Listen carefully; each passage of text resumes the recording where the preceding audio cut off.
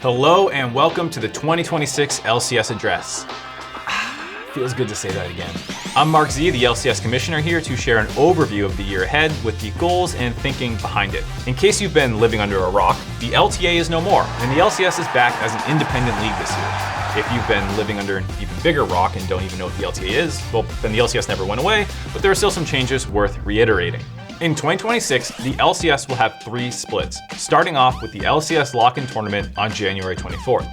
The winner of LCS Lock-In qualifies to first stand in Brazil. Spring Split will send the top 2 to MSI, and Summer will send the top 3 to Worlds. The formats are much simpler this year, with no best of ones. You can learn more about them in the previous format video if you missed that.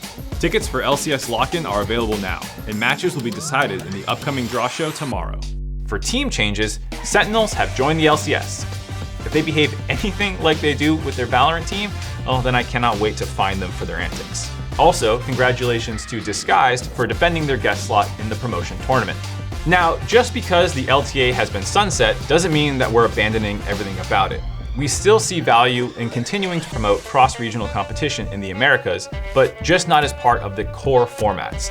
These should be supplemental moments to regional competition that gives fans extra games to watch and the teams extra semi-international competition. With that said, we're excited to announce the America's Cup the week before first stand. Second and third place from the LCS and CBLOL will be invited to compete in Sao Paulo in a 5-day tournament ahead of first stand.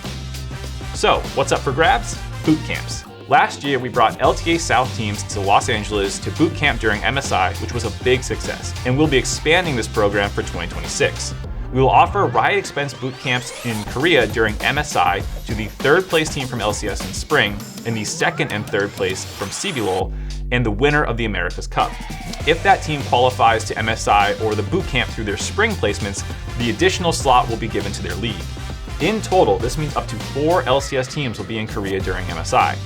This America's approach is important for developing the region's competitiveness and fandom, and we'll be closely monitoring the feedback from fans and teams. We also know that it's important to show up for our regional fans as well, and having only a single LCS event a year the last few years has just been too little.